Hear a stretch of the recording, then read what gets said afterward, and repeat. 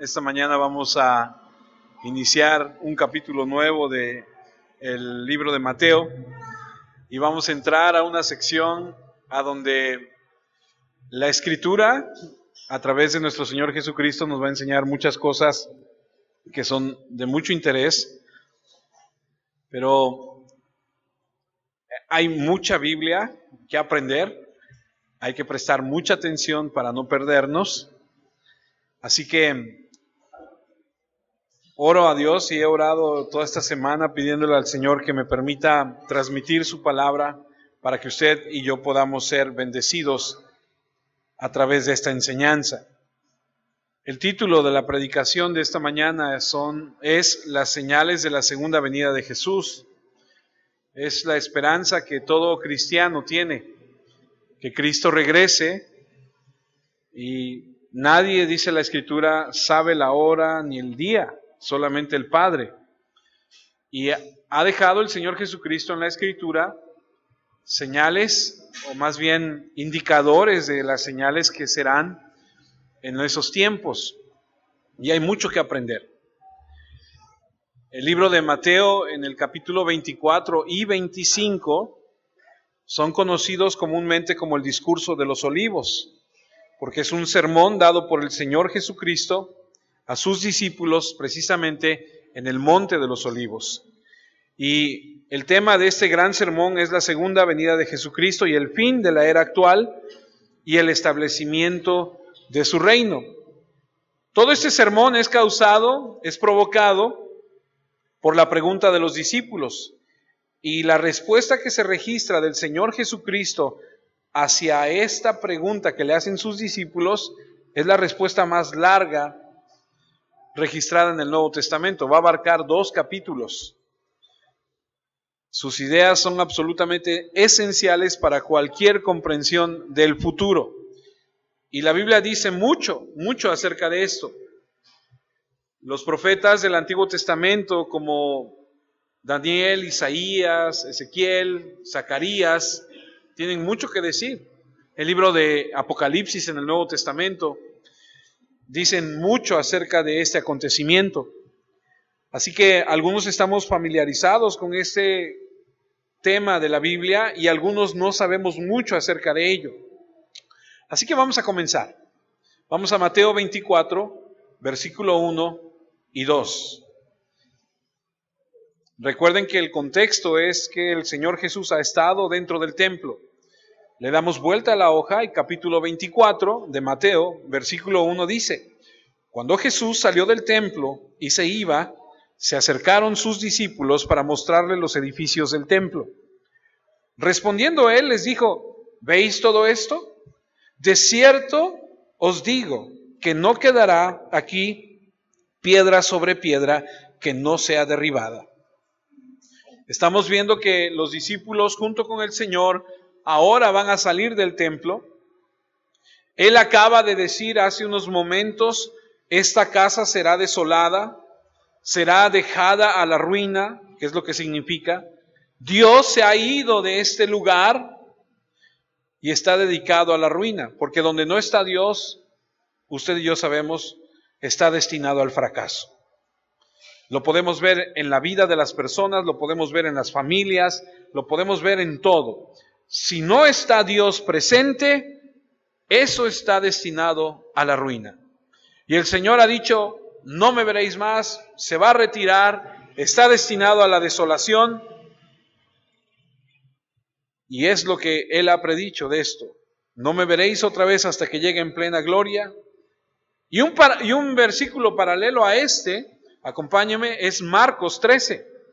Recuerde que le he dicho a través de todo el estudio de Mateo que Mateo tiene una perspectiva y los otros escritores, autores de los evangelios también tienen la suya. Y Marcos registra en el capítulo 13, versículo 1 y 2, algo paralelo a lo que estamos viendo. Dice concretamente así: saliendo Jesús del templo, le dijo uno de sus discípulos: Maestro, mira qué piedras y qué edificios. Estaba estudiando en la semana y me encontré con un comentario que me llamó mucho la atención.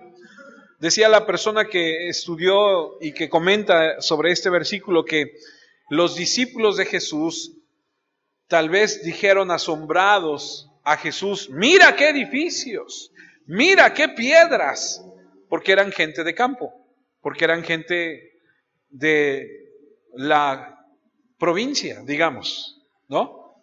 ¿No le ha pasado que de repente va usted al DF, al Distrito Federal, a la Ciudad de México ahora, ¿no? Y a los que no son de ahí les dicen: ustedes son provincianos, ¿no? Son de pueblo. Y cuando vas por primera vez a la Ciudad de México, ves esa enorme selva de asfalto, de cemento, y dices: ¡wow! Y algún comentarista decía: es probable que estas personas estén admirados por eso. El versículo 2 de Marcos 13 dice: Jesús respondiendo le dijo: ¿ves estos grandes edificios? No quedará piedra sobre piedra que no sea derribada. Ahora acompáñame a Lucas 21.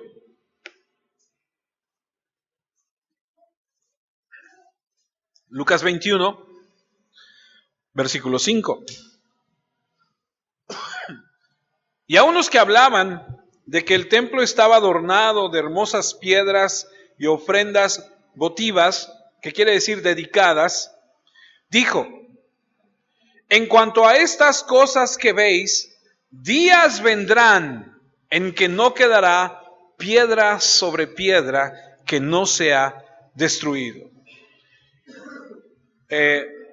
Para aquellos que nos gusta la historia, en el internet actualmente hay algunas páginas donde te permiten ver de manera virtual lo que un día fue el templo de Jerusalén. Dado los datos históricos, medidas, etcétera, hay quien ha recreado de manera virtual el templo. Y es impresionante solamente ver algo virtual. Aquellas personas que han estado en Jerusalén, que han visto, que han podido experimentar, dicen que es impresionante. Estaba leyendo que en el templo en su momento hubo piedras del tamaño de 26 metros de largo, de una sola pieza. O sea, era una cosa impresionante ver ese lugar. El patio, el templo, la puerta. Usted recordará que cuando estudiamos un poco más detenidamente, esa puerta la tenían que abrir entre 80 y 70 hombres. Era una puerta grandísima, de bronce, recubierta de bronce, y era una cosa espectacular. No dudamos un segundo que el estar ahí es algo que te impacta. El Talmud dice: el que no ha visto este esplendor, no ha visto nada. Hablando de lo que es el templo. Y los discípulos están saliendo, están escuchando, después de decirle a Jesús: mira todos estos edificios, que Jesús les dice: no va a quedar piedra sobre piedra.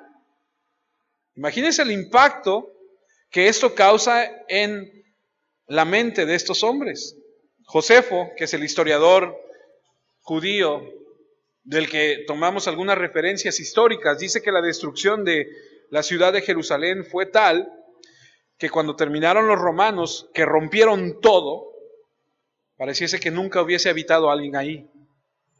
Fue devastadora la destrucción que hicieron. Porque los romanos, cuando destruyen el templo, su propósito era desmoronar moralmente a los judíos. Y eso hicieron. No dejaron piedra sobre piedra.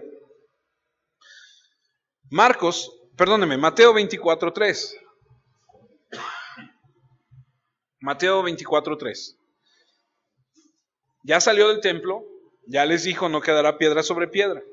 Y estando él sentado en el monte de los olivos, los discípulos se le acercaron aparte diciendo: dinos, ¿cuándo serán estas cosas y qué señal habrá de tu venida y del fin del siglo? Ahora, tenemos que ver qué es lo que están ellos, cuál es la intención de su pregunta, porque ellos lo vieron como todo un evento. Escucharon que el templo será derribado, que la ciudad será desolada, que el Mesías vendrá en su gloria. Estoy hablando de lo que es el capítulo 23. Y preguntan: ¿cuándo serán estas cosas? ¿Y cuál será el signo, la señal de tu venida? Bueno, estaban ansiosos de saber cuándo sería el tiempo. Y esto continuó incluso después de la resurrección.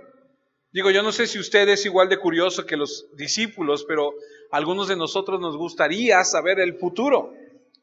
A algunos de nosotros nos gustaría saber qué va a pasar mañana, o en un mes, o dónde estaremos en 5 años. Y ellos escuchan al Señor Jesús decir que la ciudad será desolada, que no quedará piedra sobre piedra, y ellos están impactados y dicen, bueno, pero ¿esto cuándo va a suceder? Y esto continuó, fue algo que quedó en ellos. De hecho, el libro de los Hechos, en el capítulo 1, versículo 6, dice, entonces los que se habían reunido le preguntaron, diciendo, Señor, ¿restaurarás el reino de Israel en este tiempo? Por eso cuando tú y yo leemos que cuando Jesús muere, ellos se desanimaron por la esperanza que tenían. Por eso entraron en una desesperación instantánea, y cuando Él salió de la tumba una vez más, fue como si las sirenas volvieran a sonar. Y entonces ellos están animados otra vez y dicen, ¿será en este momento, Señor? Porque vivían incesantemente en la anticipación de que era el tiempo y el reino de Dios venía. Ahora, usted y yo debemos recordar que los discípulos han sido enseñados en base al Antiguo Testamento. Y Lucas 19:11 dice lo siguiente. Lucas 19:11. Oyendo ellos estas cosas, prosiguió Jesús y dijo una parábola, por cuanto estaban cerca de Jerusalén, y ellos pensaban que el reino de Dios se manifestaría inmediatamente. Estos hombres habían escuchado a Jesús decir, no quedará piedra sobre piedra, la casa quedará desolada, no me verán hasta que yo regrese y me reconozcan. Y ellos están en su corazón ansiosos de saber cuándo va a ser esto.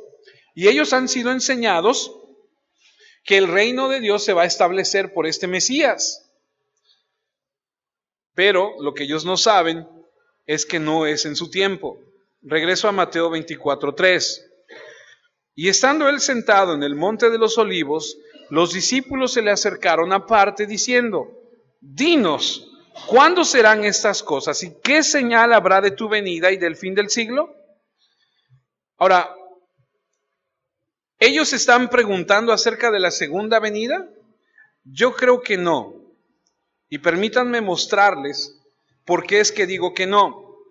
El Antiguo Testamento, cuando habla en profecía acerca de lo que vendrá en un futuro del Mesías, comprimía todos los hechos y no marcaba una separación entre cuando llegara el Mesías y el tiempo en el que habría de pasar para que él regresara.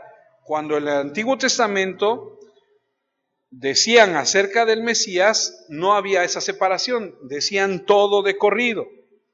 Ahora, déjeme basar todo esto en la Escritura. No hablaban de una brecha de tiempo y de una segunda venida. Entonces, ¿a qué se refiere? Bueno, vamos a ver la palabra, no me acuerdo si puse venir o venida. Ok, muy bien. ¿Cuándo será tu venida? La palabra venida es parousia, es un término griego. Forma parte del verbo estar, presente, asistir. Y el significado principal es presencia o bienes, aunque en sentido figurado podría significar venida o llegada. Es decir, la mejor manera de traducir podría ser, ¿y cuál será el signo de tu plena presencia de que tú estés aquí? Ahora, no quiero confundirlos. ¿Vamos bien? Cuando los discípulos le preguntan en el Sermón de los Olivos, Señor, ¿cuándo va a ser tu venida? No se refieren a que Él se haya ido y vaya a regresar, porque ellos han sido enseñados del Antiguo Testamento que todos los acontecimientos son como uno solo. Pero esta palabra, parousia, que tiene que ver con venida, se traduce más bien como presencia. En otras palabras, ¿Cuándo vas a estar aquí en tu plena revelación mesiánica? ¿Cuándo vas a estar aquí para hacer todo lo que anticipamos que vas a hacer? No es el que Él se tenga que ir y regrese, porque el asunto de la palabra no es la venida real, es la presencia. Así que lo que están diciendo es cuándo vas a entrar en plenitud de tu presencia mesiánica. Esa es la idea. Ahora déjeme ilustrarlo con una escritura. Vamos todos a Isaías 61.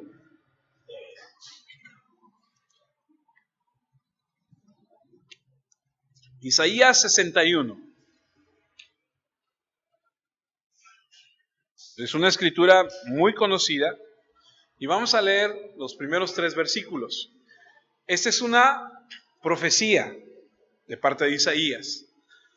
Dice, el Espíritu de Jehová, el Señor está sobre mí, porque me ungió Jehová, me ha enviado a predicar buenas nuevas a los abatidos, a vendar a los quebrantados de corazón, a publicar libertad a los cautivos y a los presos apertura de la cárcel, a proclamar el año de la buena voluntad de Jehová y el día de venganza del Dios nuestro, a consolar a todos los enlutados, a ordenar que a los afligidos de Sión se les dé gloria en lugar de ceniza, óleo de gozo en lugar de luto, manto de alegría en lugar de espíritu angustiado, y serán llamados árboles de justicia, plantío de Jehová para gloria suya. Es una profecía maravillosa.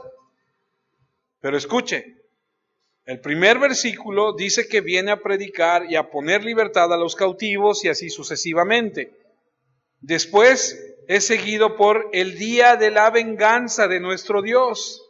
En otras palabras, el profeta va a venir, dice que el Mesías va a venir a predicar el evangelio, va a traer la venganza del día del Señor al mismo tiempo, pero no es así.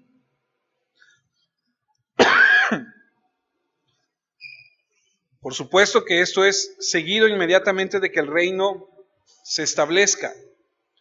Y cuando el reino se establezca, vendrá gloria en lugar de ceniza, aceite de gozo en lugar de luto, manto de alegría para un espíritu angustiado.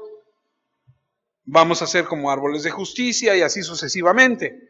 El versículo 11 de Isaías dice, porque como la tierra produce su renuevo y como el huerto hace brotar su semilla, así Jehová el Señor hará brotar justicia y alabanza delante de todas las naciones. Pero eso no puede suceder hasta que Cristo no venga y establezca su reino. Pero Isaías lo traza todo como un mismo evento. ¿Me está siguiendo? Lo dice todo como si fuera a suceder en un mismo momento. Ahora, para aclarar el punto, vamos a Lucas. Lucas 4. Para que usted y yo entendamos que sí hay una separación y que los discípulos no están hablando de la segunda venida de Cristo. Lucas capítulo 4, versículo 16.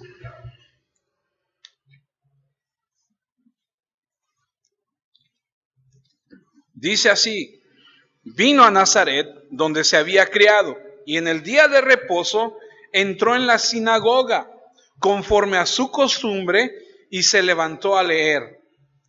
Y se le dio el libro del profeta Isaías, y habiendo abierto el libro, halló el lugar donde estaba escrito. Ponga atención, el poder del Señor, el Espíritu, del Señor está sobre mí, por cuanto me ha ungido para dar buenas nuevas a los pobres, me ha enviado a sanar a los quebrantados de corazón, a pregonar libertad a los cautivos y vista a los ciegos, a poner en libertad a los oprimidos, a predicar el año agradable del Señor. Versículo 20, y enrollando el libro, le dio al ministro y se sentó, y los ojos de todos en la sinagoga estaban fijos en él, y comenzó a decirles, hoy se ha cumplido esta escritura delante de vosotros, y cerró el libro. Pero la profecía de Isaías continúa, y Jesús a la mitad del versículo 2 lo cerró. ¿Por qué no habló de la siguiente parte? ¿Por qué no leyó lo demás? Porque eso es para el futuro. Mire lo que dice el capítulo 2 de Isaías que estábamos leyendo hace un momento. Lo que Jesús no leyó. y el día de venganza del Dios nuestro, a consolar a todos los enlutados. ¿Sí la tienes o no? ¿No? ¿No la puse? A ordenar que a los afligidos de Sión se les dé gloria en lugar de ceniza, óleo de gozo en lugar de luto, manto de alegría en lugar del espíritu angustiado, y serán llamados árboles de justicia, plantío de Jehová para gloria suya. Cuando él se levanta en la sinagoga y empieza a leer la escritura, a la mitad del versículo 2 de Isaías 61, enrolla a Isaías, lo pone y se sienta y dice, hoy se ha cumplido esta escritura. No leyó toda la profecía. ¿Por qué? Porque hay un tiempo, porque usted y yo sabemos que la primera venida de Jesucristo fue para traer a nuestras vidas gracia. Vino como Salvador. La segunda vez que Él venga, no viene como Salvador, viene como juez. Viene a juzgar. Estamos en un tiempo de gracia.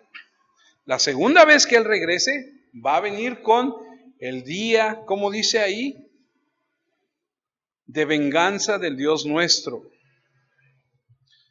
Él vendrá a juzgar.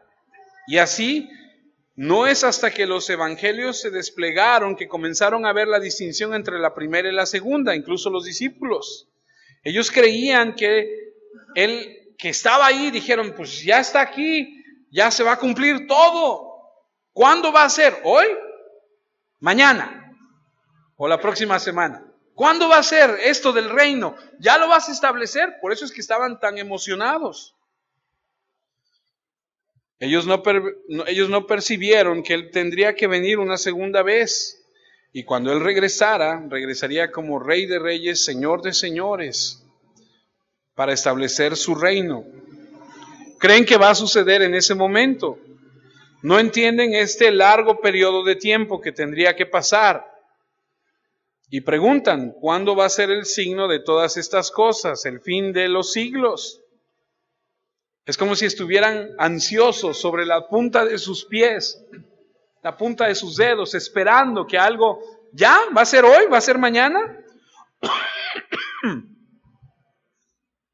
Estaban emocionados porque lo que habían aprendido del Antiguo Testamento, de Isaías, de Daniel, de Ezequiel, es que todo habría de suceder en un solo evento. Yo quiero que usted analice esto porque es importante. Es importante porque usted y yo tenemos que comprender los tiempos. Ahora que ha temblado tanto y ahora que hay huracanes devastadores, más fuertes que nunca, la gente empieza a decir, ay, parece el fin del mundo. ¿No lo ha escuchado? O tal vez aún a usted lo ha dicho o lo ha pensado. Ay, a mí se me hace que ya se va a acabar el mundo, dicen algunos. Pero si usted no conoce los tiempos, usted podría dejarse llevar por cualquier comentario. La Escritura es muy clara y es por eso que tenemos que aprender. Cuando Jesús promete la destrucción de Jerusalén al decir, he aquí vuestra casa os será dejada desierta, y luego cuando les dice, porque os digo que desde ahora no me veréis hasta que me digas, bendito el que viene en el nombre del Señor, y luego dice que no quedará piedra sobre piedra, ellos dicen, va a suceder ya. Ellos tienen en su mente y dicen, en su pensamiento, dicen, esto ya va a suceder, pero no es así, está muy lejos todavía de suceder.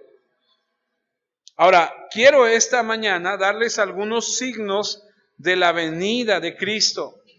Los vamos a tomar así de manera un poco rápida porque nos vamos a llevar tiempo al estudiarlo. Pero nada más es para que usted vea los signos.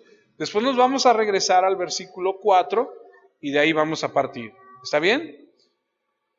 Hay mucha Biblia que aprender hoy, espero que usted esté interesado. Mateo 24, versículo 5. Voy a omitir el 4 porque después voy a regresar a él. Vamos a Mateo 24, 5. La finalidad de ver esto es que estas son algunas claves, algunos indicadores de que esto era para el futuro. Voy a leer Mateo 24 del 5 en adelante. Porque vendrán muchos en mi nombre diciendo, yo soy el Cristo, y a muchos engañarán. Y oiréis de guerras y rumores de guerra. Mirad que no os perturbéis, porque es necesario que todo esto acontezca, pero aún no es el fin.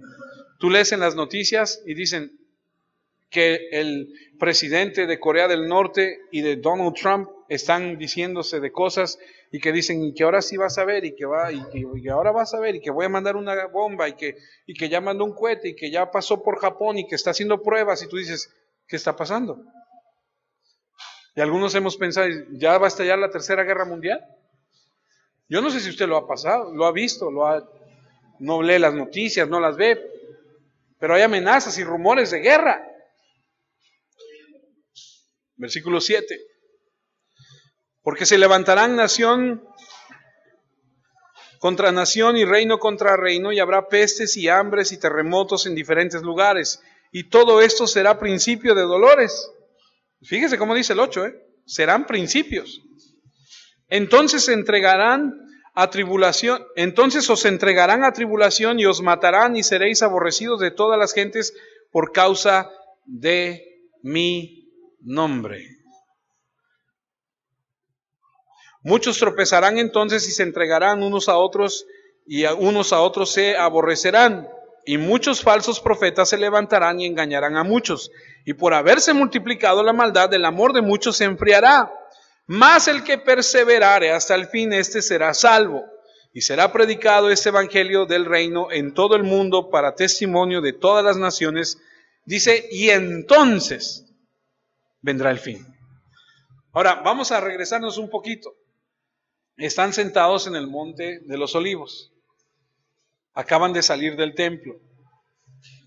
Acaban de escuchar a Jesús decir, no va a quedar piedra sobre piedra, no me van a ver más hasta que me reconozcan, la casa estará desolada, yo ya no voy a estar ahí. Y entonces ellos preguntan y dicen, ¿pero cuándo va a ser esto? Y entonces Él les da todas estas señales. Él está describiendo este tipo de signos que va a pasar al final de la edad, son señales de la venida del Mesías. El versículo 8 dice que van a ser principios de dolores cuando escuche los rumores, cuando haya pestes, etcétera, etcétera.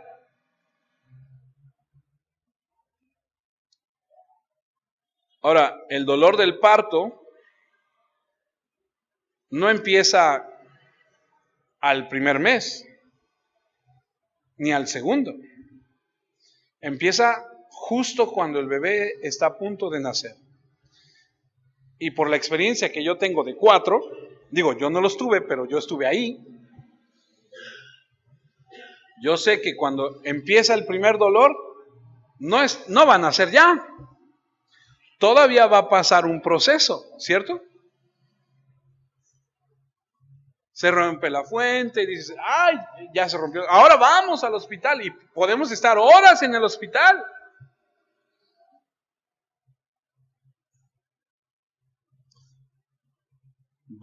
Tiene que haber un incremento. Va a ir encreciendo.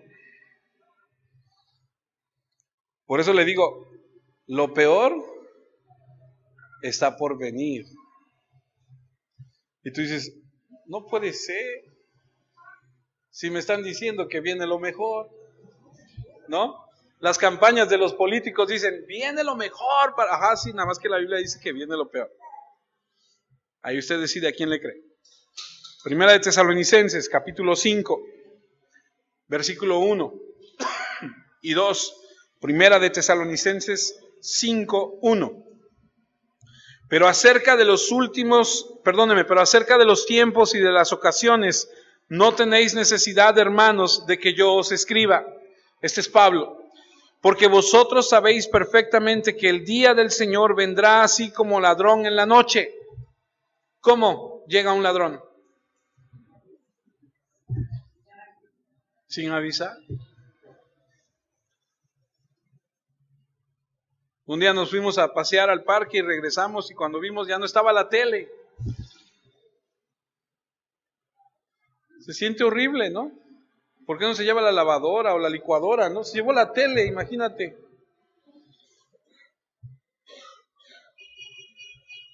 O sea, no te avisa cuándo va a llegar.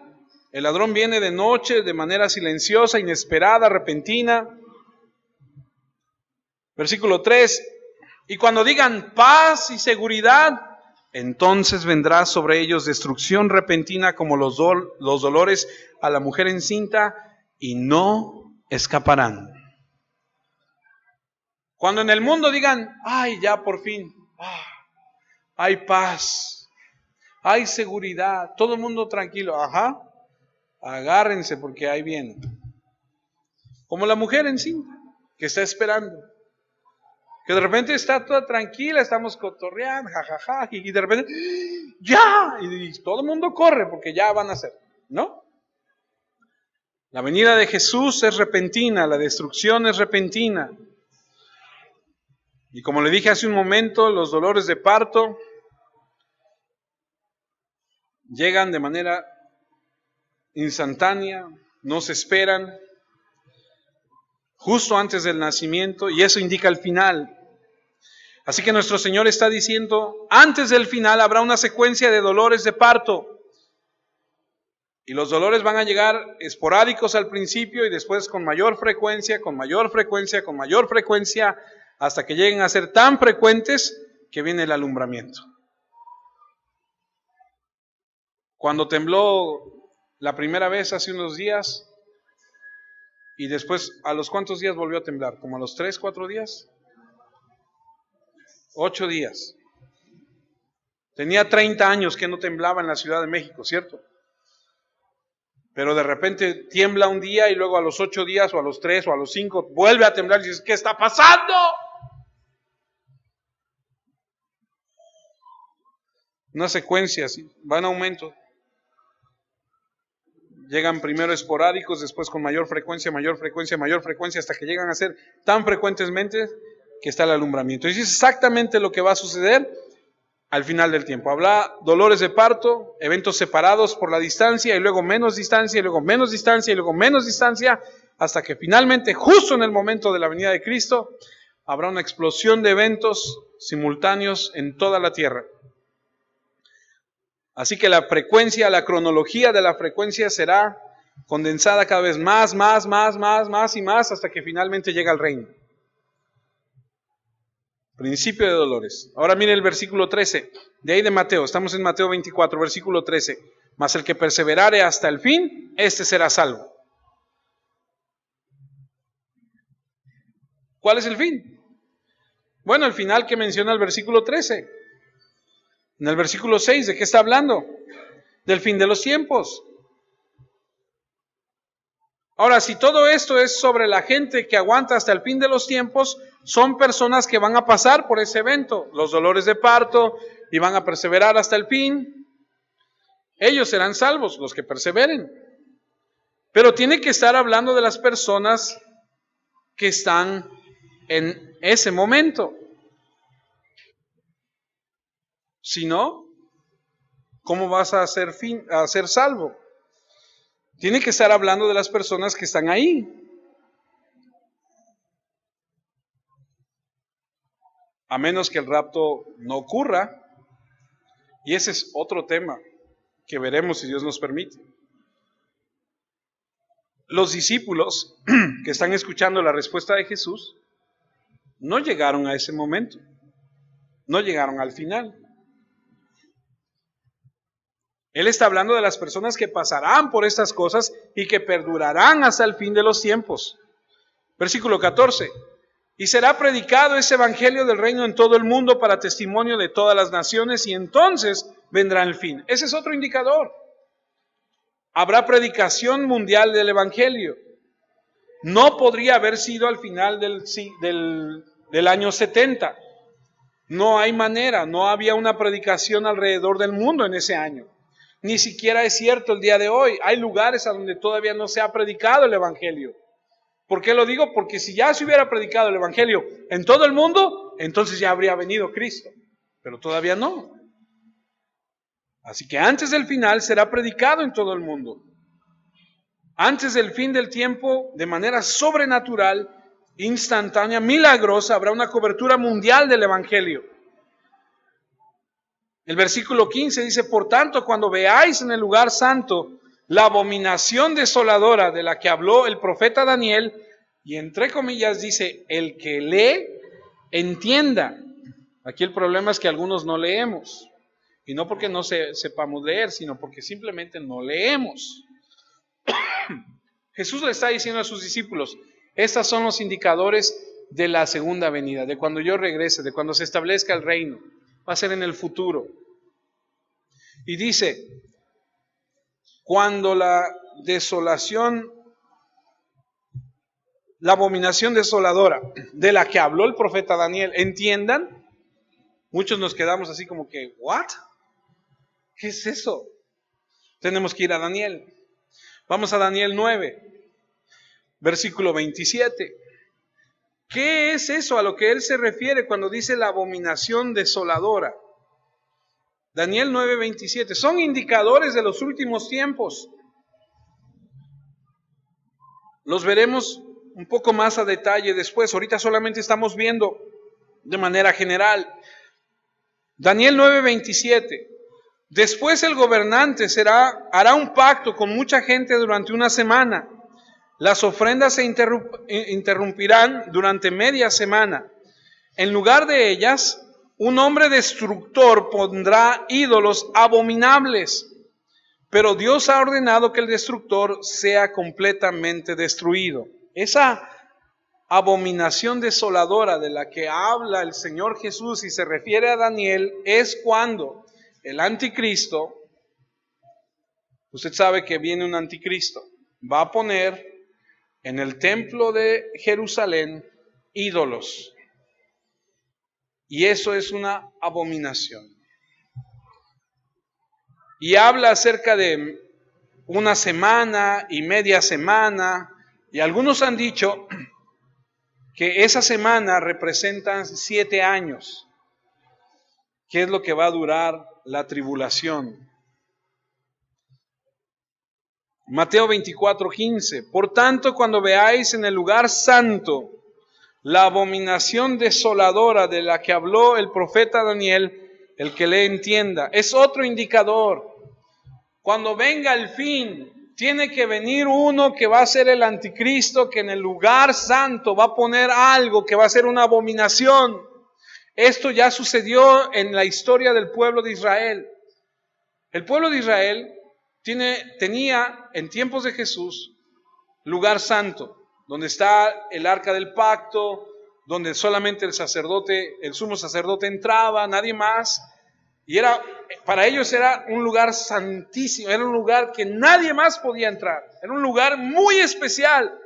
Bueno, de repente en la historia de Israel, en este lugar entra un conquistador y en el templo, ahí donde ellos tienen todos estos artefactos sagrados para ellos, él hace un sacrificio de un cerdo. Imagínate. Este lugar a donde para ellos es de suma importancia, viene un conquistador y dice, a mí sus costumbres, su Dios no me importa, y ahí delante de todos hace un sacrificio de un cerdo, que es un animal inmundo para ellos.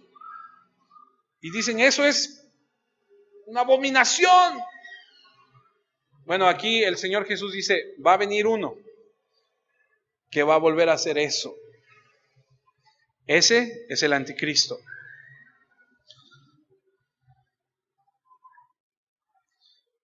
Otro indicador es Mateo 24:21. Porque habrá entonces gran tribulación, cual no ha habido desde el principio del mundo hasta ahora, ni la habrá. Será el peor momento en la historia del mundo. ¿Y cuándo es el peor momento de la historia del mundo? Tiene que ser a la hora final. Tiene que ser el tiempo cuando la venganza de Dios estalle. Daniel en el capítulo 11, capítulo 12 hablan del anticristo y dice, este es el momento. ¿Cuál es el tiempo? El final de los tiempos. Los problemas van a ser como nunca antes ha habido. Son similares las palabras a nuestro Señor Jesús a las de Daniel capítulo 11 y capítulo 12. El peor momento en la historia del humano. ¿Tú crees que estamos mal hoy? Espero que no lo llegues a ver ni tú ni yo, pero la Biblia dice que va a ser un momento muy, muy difícil. Va a ser un momento seguido inmediatamente por la resurrección a la vida eterna o la resurrección a una vergüenza eterna. Así es el tiempo antes de la resurrección final, el juicio final, la venganza final, establecimiento del reino de Dios. Y espero que esto nos conmueva a todos y nos lleve a un pensar de cómo estamos llevando nuestra vida y de que nos preparemos y de que si estamos mal, pidamos perdón a Dios, porque Dios tiene juicio para esta vida, para este mundo. Otro indicador es Mateo 24, 29 y 30.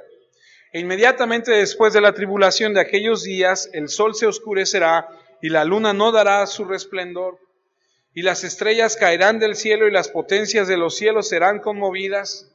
De repente hay un eclipse y la gente dice, ya es el fin del mundo, el sol ya se oscureció. No, hay una serie de factores que tienen que ocurrir. Versículo 30, entonces aparecerá la señal del Hijo del Hombre en el cielo, y entonces lamentarán todas las tribus de la tierra y verán al Hijo del Hombre viniendo sobre las nubes del cielo con poder y con gran gloria. Así que Cristo viene inmediatamente después de la tribulación. Mateo 24, 21. Porque habrá entonces gran tribulación, cual no la ha habido desde el principio del mundo hasta ahora, ni la habrá. Por eso es que tiene que ser en el futuro, no puede ser en ese momento para con ellos. Tiene que venir toda esta situación. Son indicadores de que tiene que ver en el futuro. Versículos 32 al 34 de Mateo 24. De la higuera, aprended la parábola. Cuando ya su rama está tierna y brota las hojas, sabéis que el verano está cerca. Es como cuando nuestras abuelitas decían, va a llover, y tú dices, pero ¿cómo sabe? Pues ya conoce las señales, los tiempos, ¿no? Porque me duele la rodilla izquierda y va a llover, y llueve. O porque canta el gallo en el día, al mediodía, dicen, va a cambiar el tiempo. ¿Y cómo sabe? Porque cantó el gallo. ¿Y cómo sabe? Porque ya conoce los tiempos. Así también vosotros, cuando veáis todas estas cosas, conoced que está cerca a las puertas. De cierto os digo que no pasará esta generación hasta que todo acontezca. Las señales reservadas para las personas que van a estar vivas en el tiempo final. Ahora, eso no quiere decir que las cosas no van a suceder ahora, porque usted y yo sabemos que están sucediendo. Tiembla, hay hambre, hay rumores de guerra, hay guerra. En alguna parte del mundo hoy en día hay guerra, siempre hay guerra. Si no es en el continente africano, es en Asia, es en muchos lugares, hay guerra. Pero de lo que está hablando es que va a haber una escala, un nivel en proporciones mucho más allá de lo que hemos conocido hasta la actualidad. Imagínate.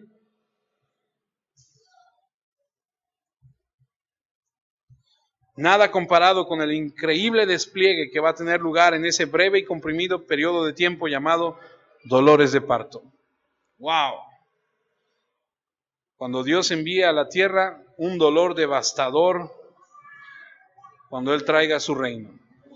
Ahora, algo interesante a leer es la forma en la que se refiere. Mire, acompáñenme a Mateo 24, 6. Mateo 24, 6 dice, y oiréis de guerras y rumores de guerra. Ahora el 9, 24, 9. Entonces os entregarán y seréis aborrecidos de todas las gentes. Versículo 15 de Mateo 24. Por tanto, cuando veáis, y si notas la forma de hablar, es te entregarán, serás, cuando veas. Y esto es a causa de que cuando Dios tomaba un profeta, o cuando Dios hablaba, Él hablaba de las personas, quien quiera que estuviera vivo en ese tiempo. Un ejemplo, no vaya allá, yo se lo voy a leer. Un ejemplo de esto es que Isaías 33:17, mire cómo se refiere.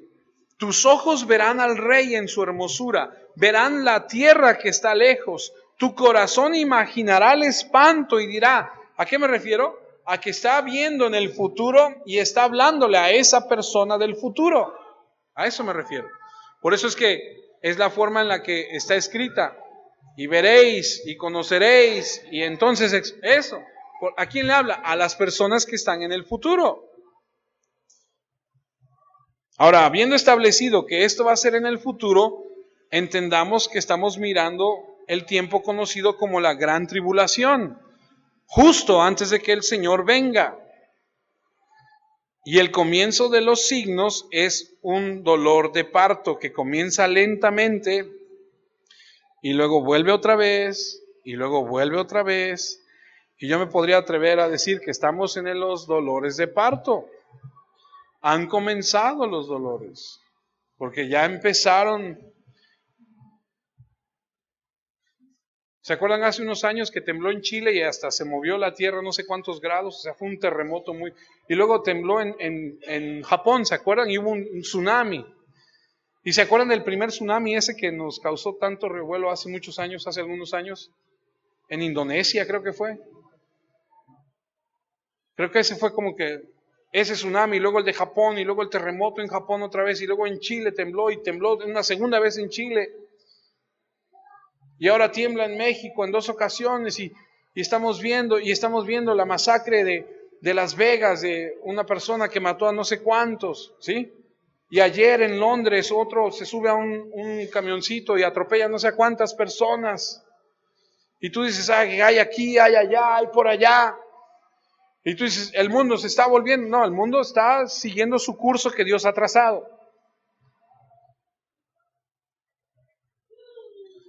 Y si usted estudia, por ejemplo, el libro de Apocalipsis, usted va a ver que en el libro de Apocalipsis hay un despliegue de los sellos. Y empiezan a abrir los sellos. Y luego de los sellos vienen las trompetas. Y después de las trompetas vienen las copas. Y se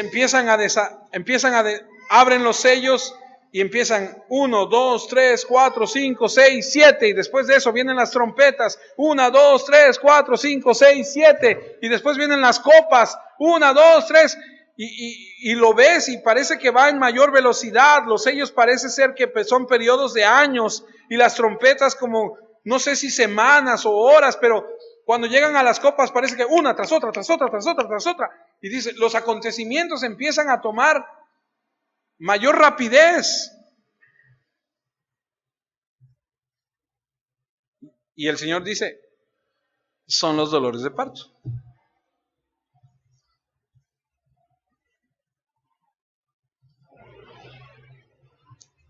Y después de haber establecido todo eso que va a ser para el futuro, para ellos, para nosotros es más o menos como el presente, los principios de dolores, vamos a Mateo 24:4 y vamos a empezar a analizar uno por uno. El primero es el engaño. Dice Mateo 24:4, respondiendo Jesús les dijo, mirad que nadie os engañe. Siempre ha habido gente que viene en el nombre de Cristo, en el nombre de Dios, para desviar a la gente. Siempre ha habido falsos cristos, siempre los habrá. Los que estudiamos la primera carta de Juan, hemos aprendido que el espíritu del anticristo, la actitud del anticristo ha estado desde hace muchos años, desde el inicio de la iglesia. Siempre habrá, hasta el final, pero todo se va a intensificar. Todo va a ir creciendo más y más y más. Va a haber gente en ese periodo de tiempo que estará buscando respuestas. El mundo va a empezar a desintegrarse más y en mayor velocidad. El mal va a correr desenfrenado, porque dice el versículo 12, y por haberse multiplicado la maldad, el amor de muchos se enfriará. Si tú crees que es malo ahorita, ni siquiera puedes imaginar cómo será entonces.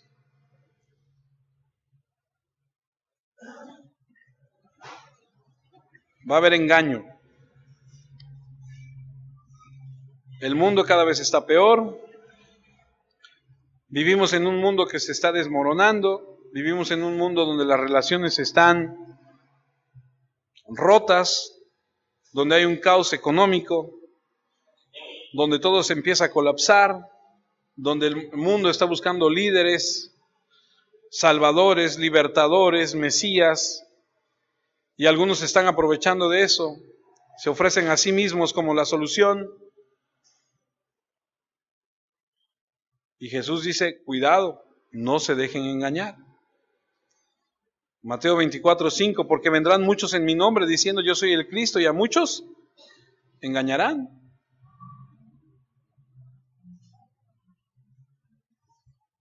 De hecho, los versículos 23 y 24 de ahí de Mateo 24, entonces si alguno os dijere, mirad, aquí está el Cristo, o mirad, allí está, no le creáis. Esto a mí me impacta, porque si alguien viene y me dice, encontré al Cristo, está en tal lugar, eres un mentiroso, porque la Biblia dice que no es así. Esto debe advertirte y enseñarte. El versículo 24, porque se levantarán falsos cristos y falsos profetas y harán grandes señales y prodigios de tal manera que que engañarán si fuere posible aún a los escogidos. Van a realizar hechos sobrenaturales. El diablo tiene poder. Mucha gente dice, pero lo sanó, yo lo vi. Yo doy testimonio, estaba yo enfermo y me sanó, mira. Ajá. Se van a multiplicar los falsos cristos. Y finalmente va a culminar con un falso Cristo que es conocido como el anticristo. Daniel lo llama un cuerno pequeño, un rey de aspecto feroz. Juan lo llama la bestia. Pablo lo llama hijo de perdición, hombre de pecado.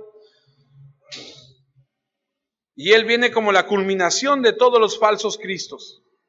Y es tan convincente y tan engañador que dice Daniel 9:27 que incluso Israel como nación hará un pacto con él, una alianza con él, creyendo que él es el libertador. A ese grado es de astuto, de engañador, que aún Israel caerá. Daniel 8, versículos 23.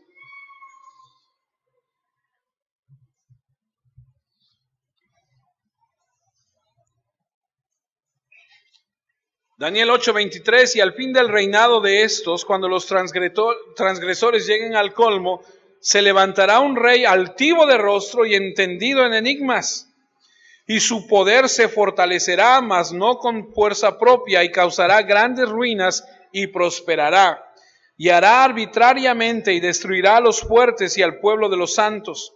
Con su sagacidad hará prosperar el engaño en su mano, y en su corazón se engrandecerá, y sin aviso destruirá a muchos, y se levantará contra el príncipe de los príncipes, pero será quebrantado, aunque no por mano humana. ¿Y sabes por qué Dios no interviene?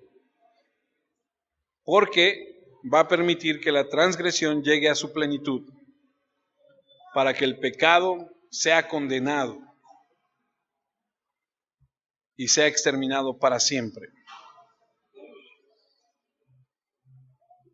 Ahora, este conquistador impresionante del que habla Daniel, que es el anticristo, que es el que se va a levantar, es un usurpador, un engañador. Mire, acompáñeme a Apocalipsis.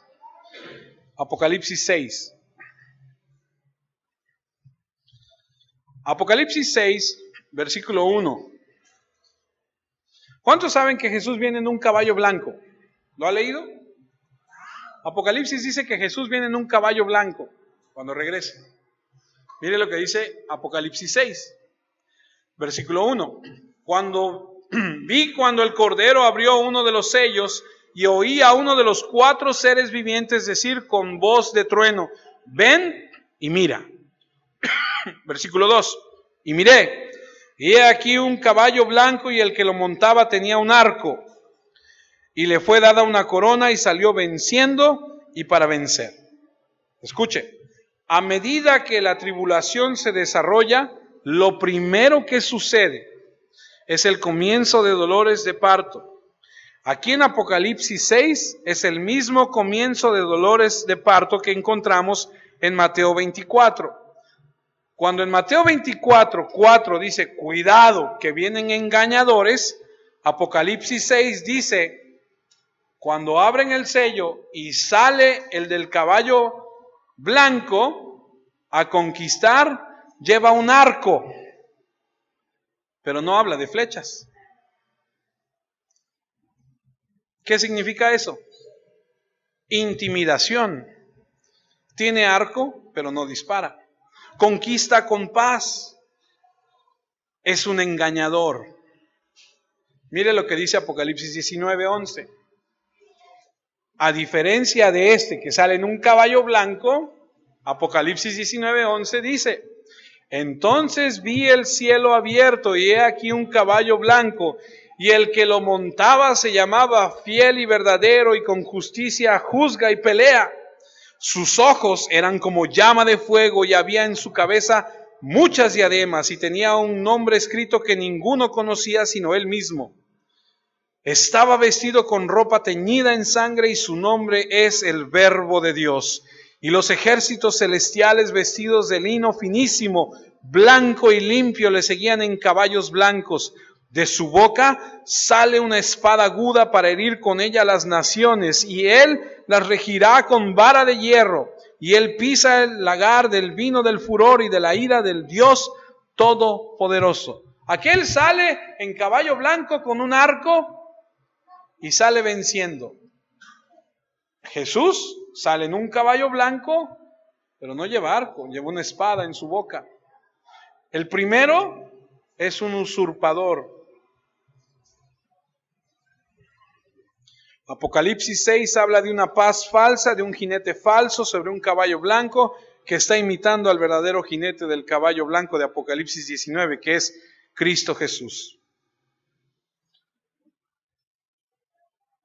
Algo que estudiaremos, si Dios permite y usted aguanta, es que Apocalipsis del 3 en adelante hasta el 19 habla de lo que viene sobre la tierra, que es la tribulación de los últimos tiempos.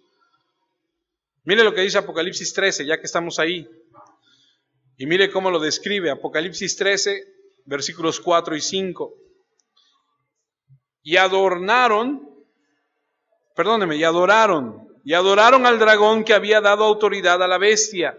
Y adoraron a la bestia diciendo, ¿quién como la bestia y quién podrá luchar contra ella?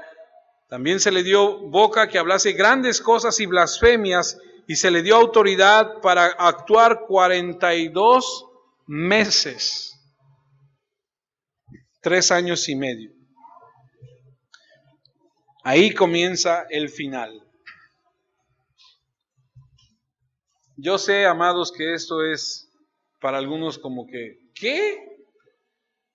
Pero espero que por lo menos produzcan ustedes una inquietud de decir, me tengo que preparar, tengo que alinear mi vida, tengo que estar bien con Dios. Estas 42 semanas son un indicador de un tiempo. Daniel 9:27 dice, y por otra semana confirmará el pacto con muchos, y a la mitad de la semana hará cesar el sacrificio y la ofrenda. En otras palabras, este anticristo va a engañar aún a la nación de Israel, va a hacer pacto con ellos, ellos van a creer que Él es el libertador, y después de los 3 años y medio se va a revelar y les va a decir, este soy yo verdaderamente, traerá esa abominación desoladora, y entonces vendrá el fin.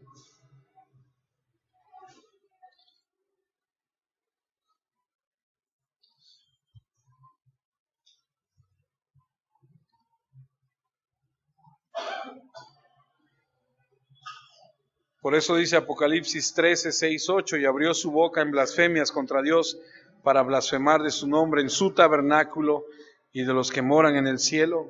Y se le permitió hacer guerra contra los santos y vencerlos.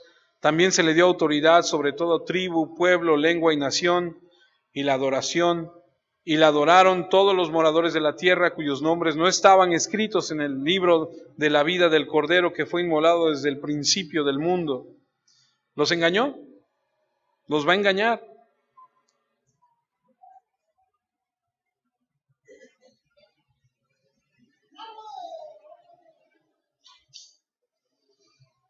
Por eso es que advierte y dice, no se dejen engañar. Apocalipsis 13:11, después vi otra bestia que subía de la tierra y tenía 2 cuernos semejantes a los de un cordero, pero hablaba como dragón. Y ejerce toda la autoridad de la primera bestia en presencia de ella y hace que la tierra y los moradores de ella adoren a la primera bestia cuya herida mortal fue sanada. También hace grandes señales de manera que aún hace descender fuego del cielo a la tierra delante de los hombres y engaña a los moradores de la tierra con las señales que se le ha permitido hacer en presencia de la bestia, mandando a los moradores de la tierra que le hagan imagen a la bestia que tienen la herida de espada y vivió. Así que Jesús dice, miren, mantengan los ojos abiertos, no se dejen engañar cuando vengan esos falsos cristos y digan, va a suceder y es una advertencia.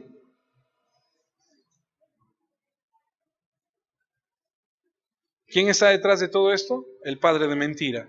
Apocalipsis 12:9 dice, y fue lanzado fuera el gran dragón, la serpiente antigua que se llama Diablo y Satanás, el cual engaña al mundo entero. Fue arrojado a la tierra y sus ángeles fueron arrojados con él. La advertencia es, no te dejes engañar.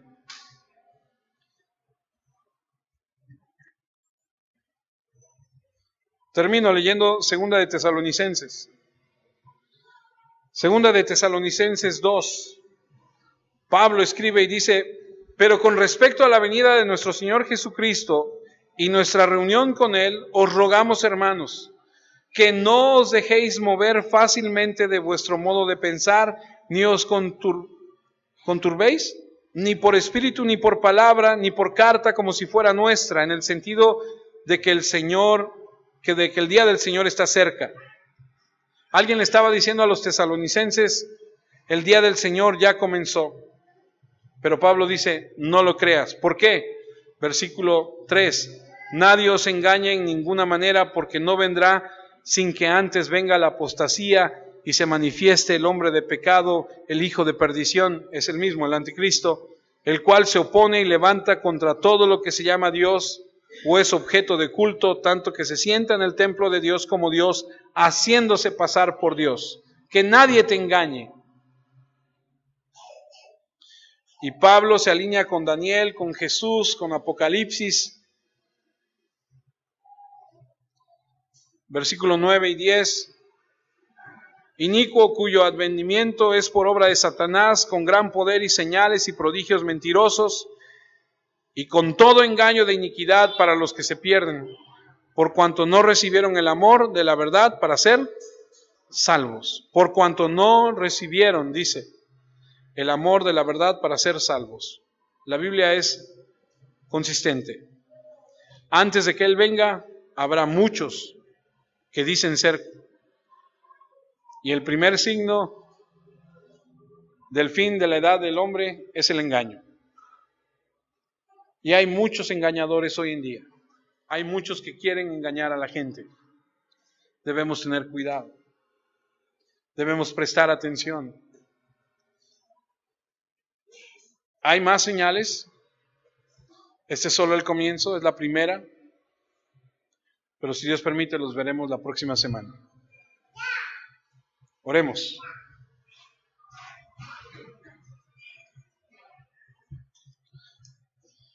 Señor, queremos agradecerte porque nos permites estudiar tu palabra. Y esta mañana, Señor, quiero agradecerte porque me das la oportunidad de poder compartir esto a tu pueblo. Porque tenemos necesidad de aprender, Señor, de los tiempos y de las cosas que han de suceder. Y aunque el tema, Señor, pudiera ser difícil de comprender, te pido que a través de tu Espíritu Santo tú nos hagas, Señor, comprender estos misterios, estas palabras. Te pido que des hambre y sed de tu palabra y de lo que tú tienes para nosotros a cada uno. Que no tomemos a la ligera tu palabra, que no seamos, Señor, irrespetuosos de lo que tú has dicho, que pongamos, Señor, atención a lo que tú quieres de nuestra vida. Gracias por enseñarnos, gracias porque eres bueno con nosotros, porque tienes cuidado y porque quieres que aprendamos, Señor, y maduremos. Te pido que tu palabra, Señor, quede grabada en nuestro corazón y nos haga madurar.